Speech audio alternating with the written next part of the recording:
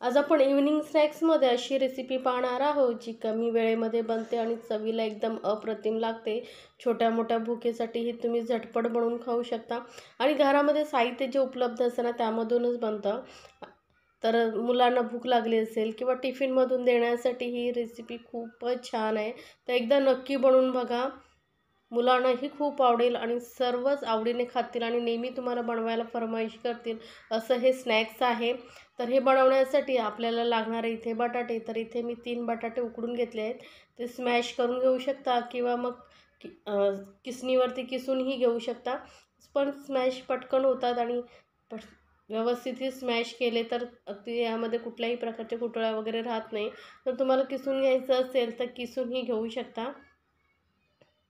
तरी स्मॅशरने मी सर्व बटाटे चांगले स्मॅश करून घेतलेले आहेत। आता यामध्ये काही साहित्य ॲड करायचं। इथे तर एक कांदा घेतलेला आहे मी, बारीक कापून घेतलेला आहे। सोबतच 2 हिरव्या मिरच्या बारीक एकदम कट करून घेतल्या, थोडीशी कोथिंबीर आणि लसणा किसून घेतलेला आहे। 1 चमचा लसूण फक्त किसून घेतलेला आहे। यामध्ये तुम्ही आलंही घालू शकता, पण फक्त लसणाचा फ्लेवर खूप छान येतो। तर आता हे सर्व साहित्य आपण या बटाट्यामध्ये ॲड करूया। फ्रेश लसूण किसून घातले ना की त्याचा फ्लेवर खूप छान येतो। तर आता लसूण किसून झालेला आहे, घालून वगैरे घातलेला आहे आपण। तर यामध्ये चटपटीत फ्लेवरसाठी अर्धा चमचा इथे चाट मसाला किंवा मग आमचूर पावडरही घालू शकता। अगदी थोडीशी हळद घालायची आहे आणि अगदी थोडीशी अर्धा चमचा एवढा मी लाल मिरची पावडर घातली, कारण हिरवी मिरचीही घातलेली आहे। चवीनुसार यामध्ये घालायचं आहे मीठ आणि इथे तुम्ही चीज आवडत असेल मुलांना तर मग चीज किसूनही घातलं तरी चालेल। तर हे सर्व साहित्य आपण मस्त असं व्यवस्थित एकजीव करून घ्यायचं आहे। आता इथे तुम्ही भाज्या जर तुम्हाला आवडत असेल तर कोबी किंवा गाजरही घालू शकता, हे तुमच्या चॉईसवरती आहे। तर मी अगदी कमीत कमी साहित्यामध्ये हे स्नॅक्स कसं बनवता येईल हे दाखवते आहे। त्यामुळे मी इथे जास्त भाज्यांचा वगैरे वापर केलेला नाही, तुम्ही भाज्याही घालू शकता। आता हे सर्व साहित्य आपलं मस्त एकजीव झालेलं आहे। मी दाखवलेल्या रेसिपी जर तुम्हाला आवडत असतील तर चॅनलला लाईक्स, कमेंट्स आणि सबस्क्राईब करायला विसरू नका। सोबतच बेल आयकॉनवरती क्लिक करा, म्हणजे माझ्या नवीन रेसिपीची नोटिफिकेशन लगेचच तुमच्यापर्यंत पोहोचेल। आता हे मस्त मिश्रण आपलं एकजीव झाल्यानंतर आपण इथे ब्रेड स्लाइसेस घेतलेले आहेत आणि त्यावरती ह्या थोडं थोडं मिश्रण घेऊन आपण व्यवस्थित याला स्प्रेड करायचं आहे। आता इथे तुम्ही व्हाईट ऐवजी ब्राऊन ब्रेड घेतलात तरी चालेल। तर एकदम मस्त असं थोडासा लेअरवरती आली पाहिजे, जास्त जाडसर आपल्याला हे मिश्रण लावायचं नाही, एकदम थोडी मीडियम अशी लेअरवरती आली पाहिजे आणि सर्व बाजूने एकसाथ व्यवस्थित पसरवून घ्यायचं। हाताने इझी स्प्रेड करता येतं किंवा मग तुम्हाला स्पूनने करायचं असेल तरी करू शकता, पण हाताने कसं व्यवस्थित एकजीव सर्व व्यवस्थित एकत्र पसरवता येतं आपल्याला। तर हे असं मिश्रण आपण सर्व ब्रेडवरती कुठलाही कोपरा वगैरे न सोडता व्यवस्थित स्प्रेड करून घ्यायचं आहे। आता काय करायचं आपल्याला, याचे आपल्याला पीसेस करून घ्यायचे आहेत। तर इथे मी एका ब्रेडचे 4 पीसेस करते, तुम्ही 2ही करू शकता। त्यामुळे चौकोनी दिसायला खूप सुंदर दिसतात आणि चवीलाही खूपच भन्नाट लागतात ही रेसिपी। तर अशा प्रकारे आपण एका ब्रेडचे 4 पीसेस करून घेणार आहोत। बघा, इतपत जाड लेअर आपल्याला करून घ्यायची आहे, यापेक्षाही जाड लेअर करायची नाही आहे। तर याच पद्धतीने मी सर्व स्नॅक्स जे आहे बनवून घेते, ते आपण एका प्लेटमध्ये काढून घेऊ आणि बाकीचे स्नॅक्स आहेत मी थोडं करून घेते आणि नंतर आपण पुढची स्टेप पाहणार आहोत काय करायचं आपल्याला। आता स्नॅक्स बनवून झाल्यानंतर इथे एका बाउलमध्ये मी 3 चमचे मैदा घेतलेला आहे। मैद्याऐवजी तुम्ही कॉर्नफ्लोअरही घेऊ शकता, पण मैद्यानेही खूप छान रिझल्ट येतो। तर इथे मैद्यानंतर आपण यामध्ये थोडंसंच घालायचं आहे मीठ चवीनुसार आणि व्यवस्थित मिक्स करून घेऊ आणि यामध्ये पाणी घालून थोडीशी अशी पातळ अशी आपण पेस्ट करून घेणार आहोत स्लरी, पण अगदी पातळ ही करायची नाही, थोडी थिक अशी आपण ही पेस्ट करून घेणार आहोत। तर एकसाथ पाणी नाही घालायचं, थोडं थोडंसं पाणी घालून व्यवस्थित फेटून आपल्याला ही पेस्ट बनवायची आहे। यामध्ये कुठल्याही गुठळ्या वगैरे राहिल्या नाही पाहिजेत। तर व्यवस्थित चांगलं असं फेटून घ्यायचं आहे आपल्याला। थोडा वेळ फेटल्यामुळे व्यवस्थित आणि थोडं पाणी कमी घातल्यामुळे आधी व्यवस्थित फेटलं जातं आणि गुठळ्या राहत नाही, त्यामुळे आधी सुरुवातीला जास्त पाणी घालू नका। तर हे बघा मस्त अशी आपली पेस्ट तयार झालेली आहे. थोडा वेळ फेटून घेतल्यामुळे व्यवस्थित सगळं गुठळ्या मोडल्या गेल्या आहेत.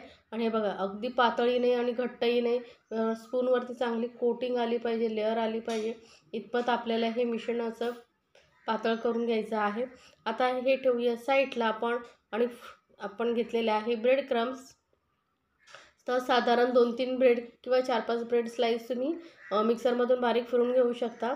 आता आपण जे स्क्वेअर पीस करून ठेवले होते ते या पेस्टमध्ये डिप करून घेऊया. व्यवस्थित सर्व बाजूने कोट झाले पाहिजेत.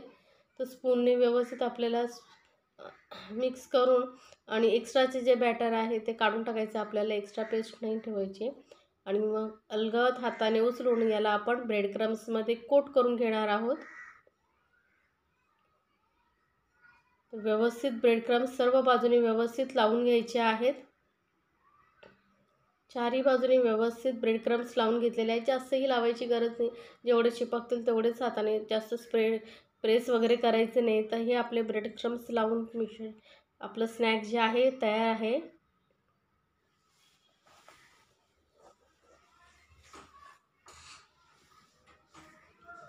तर याच पद्धतीने बघा एक एक पीस आपण पेस्टमध्ये असं मिक्स करून घ्यायचं आहे, घोळून घ्यायचं आहे आणि ब्रेड क्रम्सवरती लगेचच त्याला ट्रान्सफर करायचं आणि ब्रेड क्रम्सने कोट करून घ्यायचं आहे व्यवस्थित. अगदी हलक्या हाताने काम करायचं जास्त, कारण ब्रेड जो आहे पेस्टमध्ये डीप केल्यानंतर सॉफ्ट होतो, त्यामुळे अगदी घाई करायची आणि हलक्या हाताने काम करायचं आहे. तर अशाच पद्धतीने मी सर्व जे आहे स्नॅक्स बनवून घेतलेलं आहे. तुम्ही याला फ्रीजमध्येही स्टोअर करून ठेवू शकता 4-5 दिवस, काहीही प्रॉब्लेम होणार नाही, खराब अजिबात होणार नाही. आणि जेव्हा तुम्हाला बनवायचं असेल तेव्हा पटकन फ्राय करा आणि सर्व करू शकता. तर आता तेल मी तापत ठेवलेलं आहे. तर इथे कमी तेलामध्येही हे स्नॅक्स खूपच छान लागतं. तुम्ही याला डीप फ्राय करू शकता किंवा असं शॅलो फ्रायही करू शकता.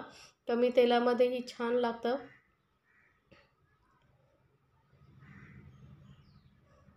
असं आपण व्यवस्थित एका साईडने छान असं फ्राय होईपर्यंत टर्न करायचं नाही आहे. एक साईडने व्यवस्थित फ्राय करून घेऊ, नंतर दुसऱ्या साईडने फ्राय करून घ्यायचं आणि मीडियम फ्लेमवरती आपण याला फ्राय करून घेणार आहोत. हाय फ्लेमवरती नाही फ्राय करायचं आहे, नाहीतर काय होईल, बाहेरून असं कुरकुरीत वाटेल तुम्हाला पण आतून सॉफ्ट राहील. मस्त असं आतून बाहेरून कुरकुरीत होण्यासाठी याला व्यवस्थित एका साईडने फ्राय होऊ द्या मीडियम फ्लेमवरती. बघा कलर किती छान आला आहे, मस्त दिसायला खूपच सुंदर दिसतं हे आपलं स्नॅक. तर असंच दुसऱ्या साईडनेही आपण फ्राय करून घेणार आहोत. अलटून पलटून दोन्ही साईडने व्यवस्थित आपल्याला फ्राय करून घ्यायचं आहे. सतत याला अलटत पलटत नाही राहायचं आहे. तर हे मस्त असं आपलं गरमागरम स्नॅक्स किती झटपट होतं बघितलात तर तुम्हीही बनवा आणि मला कमेंट्समध्ये जरूर सांगा तुम्हाला ही रेसिपी कशी वाटली. आणि रेसिपी जर आवडत असेल तर तुमच्या फ्रेंड सर्कलमध्येही जरूर शेअर करा, म्हणजे त्यांनाही छान छान रेसिपीचा आनंद घेता येईल. आणि मला कमेंट्समध्ये तर तुम्ही सांगाच, पण तुम्हाला दुसरी कुठली रेसिपी पाहायला आवडेल तेही मला कमेंट्समध्ये जरूर सांगा. कुठल्याही सॉसबरोबर किंवा चटणीबरोबर एकदम अप्रतिम लागतं आणि बराच काळ हे कुरकुरीतही राहतात, कारण ह्याला आपण ब्रेड क्रम्स लावलेले आहे. तर बाहेरून जे स्नॅक्स विकत आणण्यापेक्षा घरच्या घरी मुलांना तुम्ही हे स्नॅक्स बनवून देऊ शकता आणि यामध्ये भाज्यांचा वापर केला जास्त प्रमाणात तर हेल्दी ही स्नॅक्स होऊ शकतं. तर झटपट बनवा आणि आपल्या फॅमिलीसोबत एन्जॉय करा गरमागरम टेस्टी असं स्नॅक्स.